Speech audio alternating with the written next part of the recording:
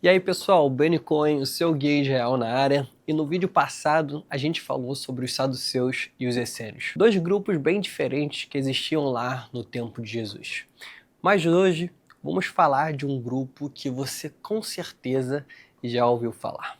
É esse mesmo, os fariseus. Se você já leu o Novo Testamento, deve lembrar que Jesus ele vivia debatendo com eles. E olha que interessante, até hoje, em escolas judaicas ortodoxas, que a gente chama em hebraico de yeshivot, os alunos estudam desse mesmo jeito, tá? Debatendo e questionando tudo. Eu já estudei um ano em uma yeshivá, que se chama Yeshivá de Cutia, lá no estado de São Paulo, e alguns meses em Israel, em outra yeshivá, numa cidade que a gente chama de Yavne. E eu posso falar por experiência própria. É assim que os judeus ortodoxos estudam nas yeshivot. Parece quase uma briga, onde duas pessoas, no que a gente chama de havruta, ficam debatendo diversos assuntos. E principalmente assuntos do Talmud, tá? Que nada mais é do que a nossa Torá oral, e que na época de Jesus ainda não tinham canonizado esse livro, ou seja, ainda não tinham escrito a Torá oral. Mas ele e os outros sábios da época, eles sabiam aquilo praticamente que de cor, tá? Então, vamos começar no início. Quem eram os fariseus? Para começar, o nome fariseu, ele vem do hebraico prushim, que significa separados. Mas calma, não é que eles eram antissociais não, tá? É outra coisa. É que eles dedicavam a sua vida praticamente para interpretar a Torá, de um jeito bem profundo e diferente do resto do povo. Eles eram tipo os nerds da Bíblia, sabe? Do sentido que eles se dedicavam profundamente no estudo e na interpretação das escrituras. Mas ao mesmo tempo, eles eram líderes religiosos e bem influenciadores de toda aquela sociedade judaica no tempo de Jesus. Eles não só repetiam o que estava escrito, mas eles buscavam entender o significado por trás das palavras da Torá, tentando aplicar o ensinamento no dia a dia, né, que as pessoas tinham naquele tempo, e eles eram considerados verdadeiros intérpretes da lei daquela época. E olha só que curioso, os fariseus estavam sempre entre os grupos que procuravam sinais de Mashiach, ou seja, de Messias, né, em português. Eles buscavam isso nas escrituras e eles acreditavam bastante na ressurreição e na vida após a morte. E o que era bem diferente, por exemplo, dos saduceus que a gente comentou na primeira parte do vídeo. Eles achavam que o que você faz aqui na Terra, ela tem direta influência nos outros mundos. E também no destino da sua vida, e isso pode acabar influenciando também, tudo que você faz aqui vai acabar influenciando nos mundos que não estão ligados a esse mundo físico, né? E com o tempo, a interpretação da Torá pelos fariseus se tornou uma das principais bases do judaísmo rabínico, que é o que a gente conhece hoje. Mas a gente sabe também que com outras correntes de pensamentos, novas tradições, acabaram formando o que a gente conhece hoje de judaísmo. E uma coisa legal disso tudo é que, ao contrário dos saduceus e essênios, que ou você tinha que ser de uma família específica ou passar, por exemplo, por uma bateria de testes, qualquer um podia ser um fariseu.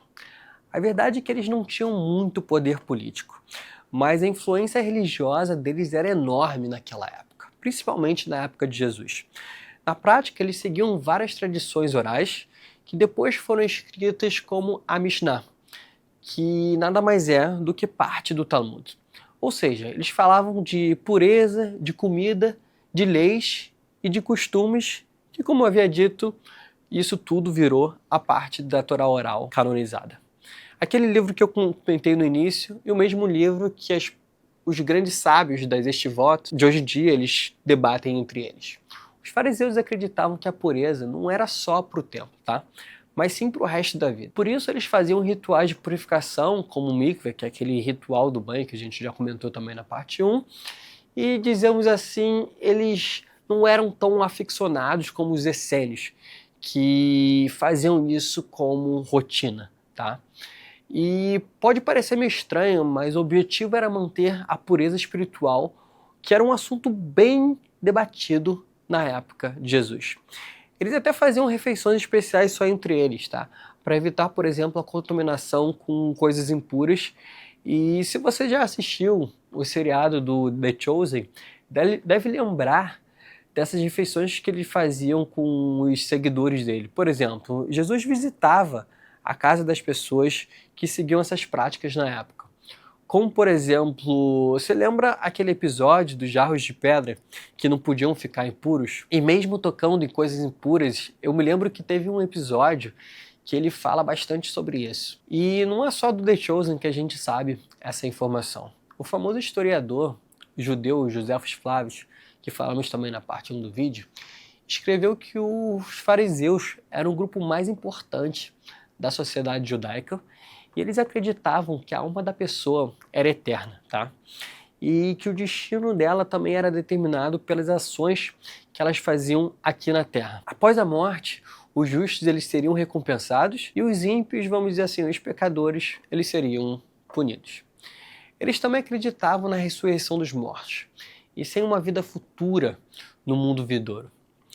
Flávio Joséfos também falou que os fariseus tinham muitas tradições dos seus ancestrais e que eles interpretavam a Torá de um jeito que fazia sentido para a vida deles de hoje. Ou seja, se hoje a gente tivesse os fariseus, eles fariam outras interpretações para a vida de hoje. Mas naquela época do século I, ele fazia de acordo com aquele tempo.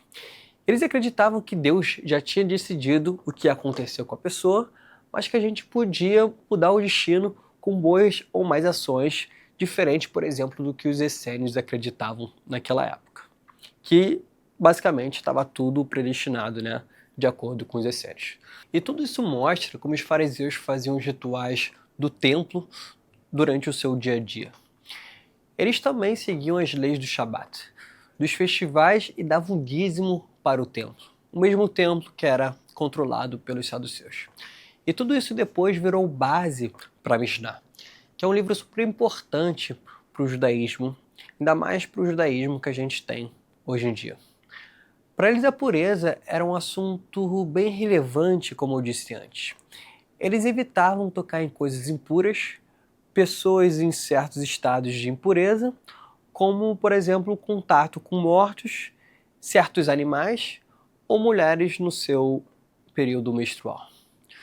Tudo isso exigia um cuidado de ritual bem específico e faziam um mikveh sempre quando podiam.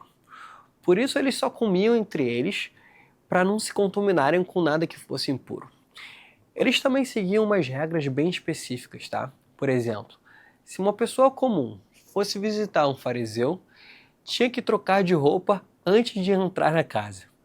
E se um lagarto, que é um animal que não é considerado kasher, ou seja, um animal que não é considerado da lei judaica, não segue os preceitos da lei judaica, como está escrito, se esse animal ele tocasse um vaso com comida, eles quebravam aquele vaso. Mas, se o vaso fosse de pedra, não tinha problema, porque a pedra, como a gente sabe, não fica impura, assim como está no filme do The Chosen. Então é isso. Os fariseus eram muito mais do que os caras que debatiam ali com Jesus. Eles eram estudiosos, intérpretes da Torá e acreditavam na ressurreição. Eles foram super importantes para a formação do judaísmo que a gente conhece hoje. E para a gente terminar, eu gostaria de propor para você aí uma reflexão. Se todas as pessoas que tinham discípulos daquela época de Jesus eram considerados um rabi, sendo uma autoridade, né, de estudo, onde que pregavam de cidade em cidade eram somente os grupos dos fariseus, nem os essênios e nem os saduceus eles podiam, né, pregar de cidade em cidade. E os debates entre eles eram bem comuns, como, por exemplo, acontece nas estivot, naquelas escolas ortodoxas que eu falei. Será que podemos classificar Jesus como parte desse grupo? E se você curtiu o vídeo, dá um like aqui embaixo e compartilha